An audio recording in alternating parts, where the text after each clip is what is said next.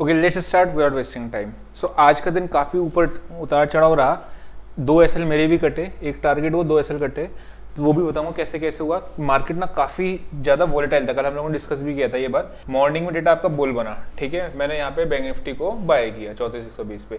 Market ने मेरा SL काटा, उसके बाद मार्केट वापस से ऊपर आ गई, फिर बाद में थोड़ा सा साइडवेज हुई, फिर मार्केट ऊपर आई, फिर नीचे आई, एंड देन लास्ट में कवर ऊपर की तरफ दिया उसने। अभी हम लोग चार्ट पे देखेंगे कहाँ कहाँ मैंने ट्रेड दिया, तो कहाँ पे अपना एसएल कटा था, ठीक है।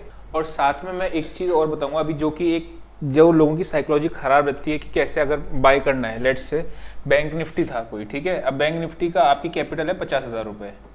आपने क्या किया, निफ्टी का 16,000 का कॉल बाय कर लिया। डजेंट मार्केट आप मार्केट में सही हो या गलत हो, ये मैटर नहीं करता है।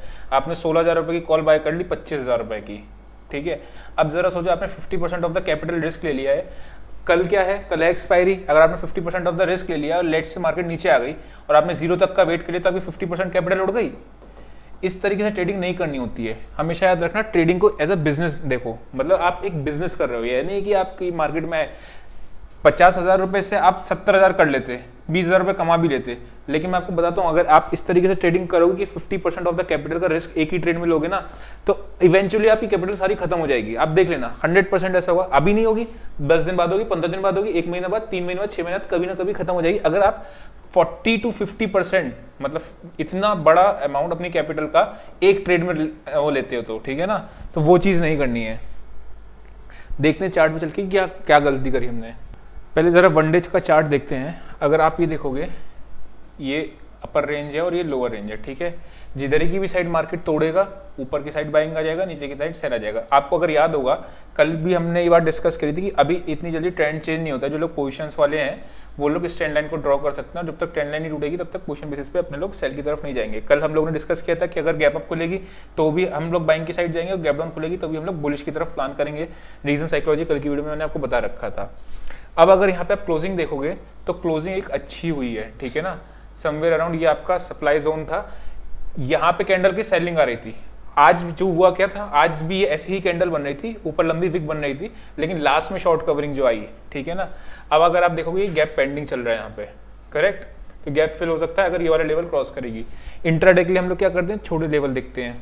अभी राइट नाउ क्या है, एक रेजिस्टेंस के एरिया पे खड़ी हुई है, जो कि आपका आ रहा है 16,025 का, ठीक है। 16,025 कल जैसे ही क्रॉस करेगी हम लोग फिर बाई की तरफ जाएंगे। कल हम लोगों ने क्या देखा था कि 15,860 क्रॉस करेगी तो अपन लोग बैंक की साइड जाएंगे, कल हम लोगों ने डिस्कस किया था।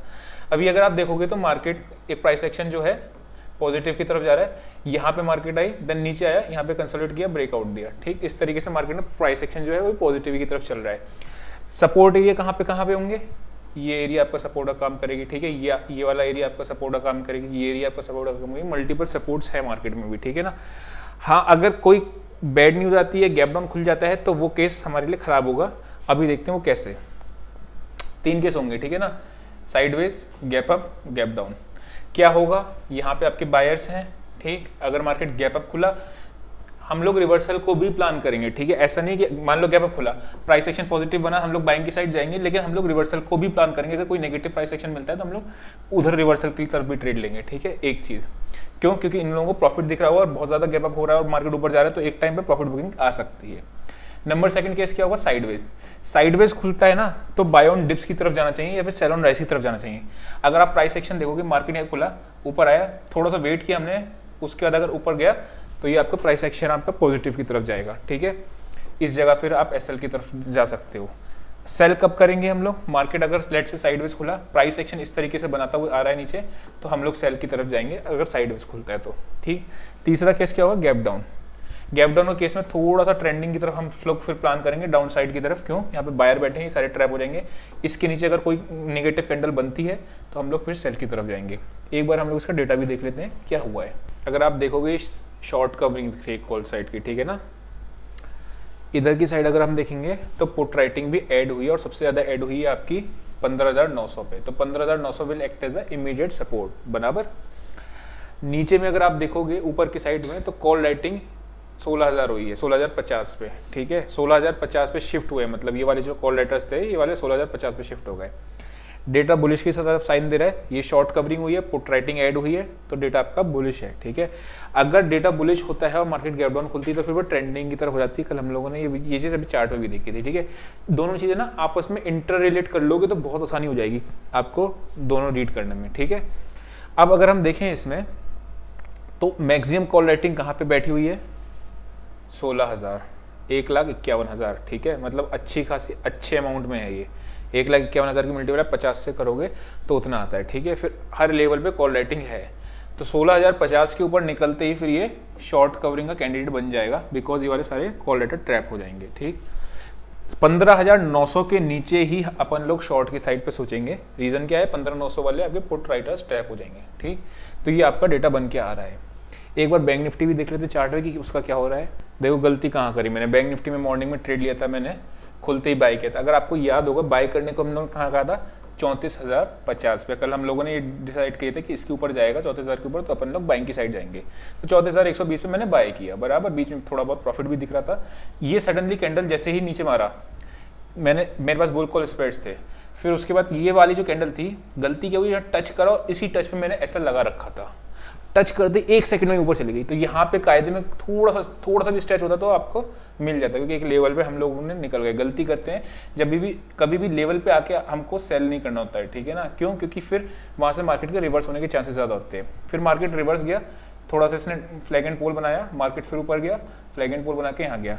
अब मैंने इसको करने के लिए मैंने क्या किया था, यहाँ पे समवेयर अराउंड अगर आप देखोगे तो मैंने यहाँ पे कॉल शॉर्ट करी, थोड़ा सा प्रॉफिट आधा बुक कर लिया। फिर अगेन जब आधा प्रॉफिट, क्योंकि मैं थोड़ा सा देख रहा था कि डाउन ट्रेंड हो जाए, ट्रेंड लाइन बन रही थी, ठीक। ये वाली ट्रेंड लाइन जो है यहाँ पे मैंने किसको, उसमें आपको टेलीग्राम में शेयर भी किया था, ये वाली जो मॉर्निंग में थी, है ना, ये ट्रेंड लाइन टूटी थी जब, तो ये ट्रेंड लाइन पे अच्छा प्रॉफिट मिला होगा इसमें। इसकी अगर मैं बात करता हूँ तो यहाँ पे फिर मेरी हाफ क्वांटिटी का एसएल लग गया। मतलब एक एसएल मेरा यहाँ पे बाइंग की साइड लगा, यहाँ पे हाफ क्वांटिटी प्रॉफिट बुक किया और हाफ क्वांटिटी का एसएल लग गया। तो ये आज का पूरा ट्रेड रहा था। रीजन क्या होता है, मैंने आपको बताया कि मैं रिवर्सल भी प्लान करता हूँ।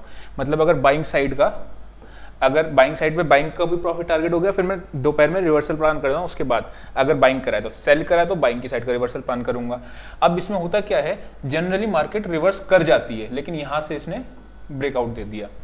अगर यहाँ पे मेरा एसएल लग जाता और लेट से मैंने यहाँ पे साइकोलॉजी समझना, अगर यहाँ पे एसएल लग गया, उसके बाद जब मैंने यहाँ पे आपका शॉर्ट किया और इसमें भी मेरा एसएल लग जाता, तो क्या करता, मैं तीसरा ट्रेड ही नहीं लेता। रीजन क्यों था, 2 ट्रेड में लॉस हो गया ना। अब आपका प्लान है, ये 2 ट्रेड का लॉस तो प्लान रहता है पहले से, ठीक है। कि अगर ये 2 ट्रेड प्लान लॉस लग गया और अगले 6 महीने भी मुझे लॉस लगता रहा तो भी मुझे कोई दिक्कत नहीं है। तो समझ लो कितना ज्यादा मार्जिन ऑफ सेफ्टी कितनी ज्यादा है। सेम चीज मैंने आपको सिखाया कि ट्रेडिंग में हमेशा मार्जिन ऑफ सेफ्टी रखो। आप 50,000 रुपए की कैपिटल में अगर आप 25,000 रुपए की कॉल बाय कर लेते हो, 25,000 रुपए का रिस्क लेते हो आप, तो फिर आपकी मार्जिन ऑफ सेफ्टी 2 ट्रेड की रह गई। हो सकता है आपकी 2 दिन में ही खत्म हो जाए कैपिटल।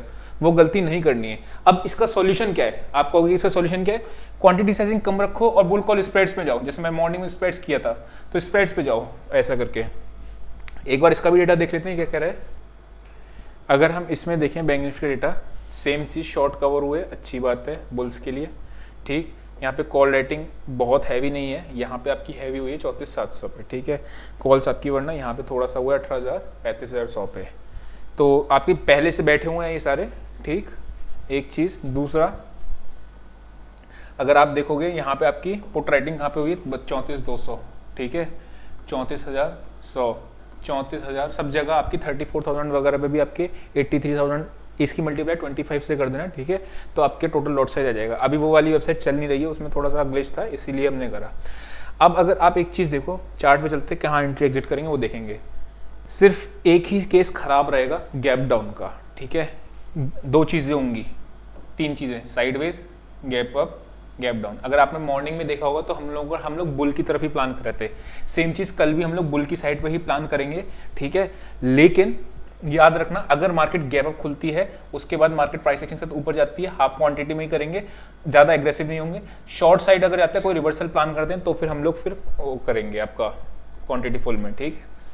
लेकिन याद रखना, गैप डाउन खुलती है तो फिर हम लोग बाइंग की साइड नहीं जाएंगे, फिर एक भी नेगेटिव प्राइस एक्शन पे अपन लोग शॉर्ट की तरफ जाएंगे, बिकॉज ये सारे आपके ट्रैप हो जाएंगे। आपने एक चीज देखा ना, गैप डाउन के केस में क्यों पुट राइटर्स बैठे हैं बहुत ज्यादा, बहुत ज़्यादा पुट राइटर्स बैठे हैं और यहाँ पे भी बायर्स बैठे हैं। इसका मतलब क्या होता है, अगर इन लोगों को खुलते लॉस हो जाएगा तो पैनिक सेलिंग का सिनेरियो भी हो सकता है अगर पुट्स कटनी शुरू हो गई, ठीक है, तो फिर हमको हीरो जीरो की तरफ भी ट्रेड मिल सकता है। इसमें हम लोग की बाइंग कहाँ बन रही है, इसके ऊपर एक कैंडल क्लोज ये जो आ रहा है आपका, ठीक है, जो लोग ब्रेकआउट ट्रेडर्स हैं 34,450 इसके ऊपर कोई कैंडल क्लोज होगी, बाइंग करेंगे, एक चीज़। दूसरा, अगर मार्केट नीचे आ रहा है और नीचे आके ये लेवल्स नोट कर लेना, ठीक है ना, ये सारे आपके लेवल्स मांगना है, ठीक। यहाँ पे कोई प्राइस एक्शन बनाता है किसी भी लेवल पे, जैसे कि अगर आप छोटे टाइम फ्रेम पे देखोगे तो यहाँ पे आपका एक पॉजिटिव प्राइस एक्शन मिल जाएगा, तो इस जगह पे हम लोग ऐसे करके बाय कर सकते हैं, ठीक। सेल का प्लान हम लोग दो ही केस में करेंगे, तो गैप अप खुल जाए या गैप डाउन खुल जाए, ठीक है, तो भी हम लोग सेल की तरफ जाएंगे, तो फिर हमें बाइंग की तरफ ही देखेंगे एक बार। गैप अप में भी रिवर्सल प्लान करेंगे डायरेक्ट। कभी भी याद रखना, ज्यादा से ज्यादा क्या होगा, आपका आज एक ट्रेड मिस हो जाएगा, बराबर है, लेकिन जब तक नेगेटिव प्राइस एक्शन ना बनाए, मतलब समझ रहे हो, आप हाई पकड़ने की कोशिश मत करना कि इस हाई पे ये आपका हाई बन गया, करेक्ट, वैसा करके। तो ये पूरा केस का सिनेरियो है, हम लोगों ने देखा डेटा किस तरीके से बन रहा है, किस तरीके से चार्ट्स बन रहे हैं। आई होप आपको समझ में आया होगा। आज के लिए इतना ही, see you in next video, till then bye bye.